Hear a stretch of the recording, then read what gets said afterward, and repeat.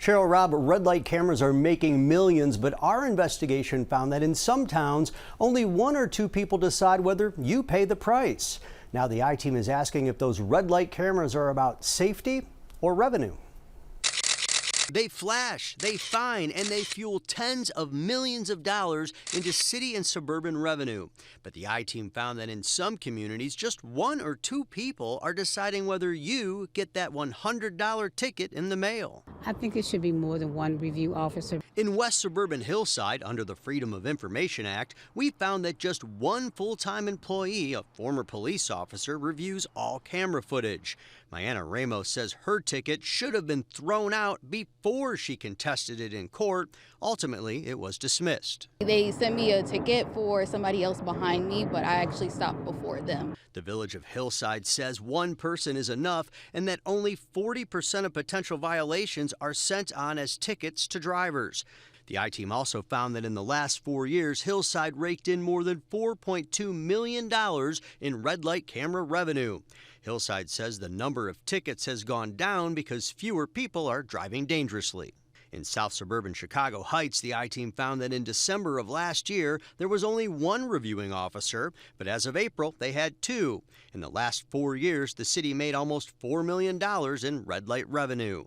Drivers contesting tickets in this line are not happy. They need a team to review these tickets. Another driver saying he stopped but switched lanes during a red light and went through the light when it was green.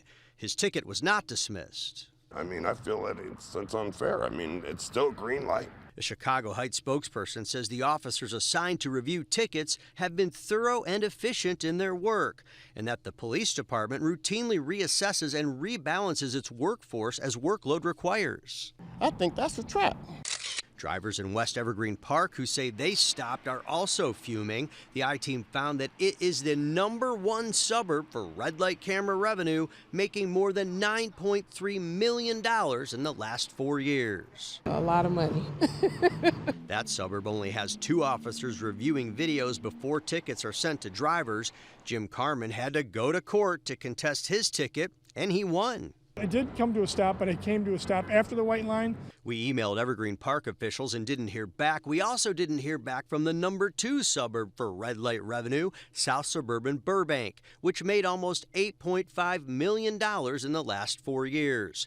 Northwest Suburban Rolling Meadows ranked 3rd with $8.1 million in the last 4 years. The city manager there talking to the I-Team. At the end of the day, the ultimate goal of them is to prevent from individuals driving through red lights.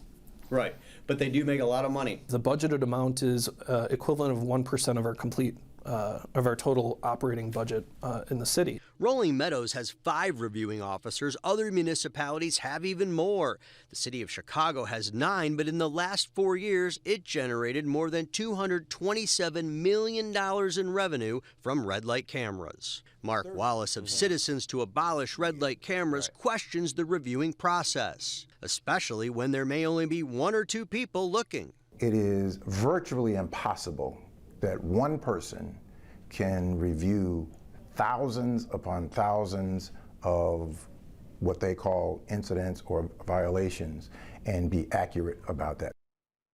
And despite those high revenue numbers, many drivers are choosing not to pay. For example, in the #1 revenue suburb of Evergreen Park, only 48% of people ticketed paid in the last 4 years.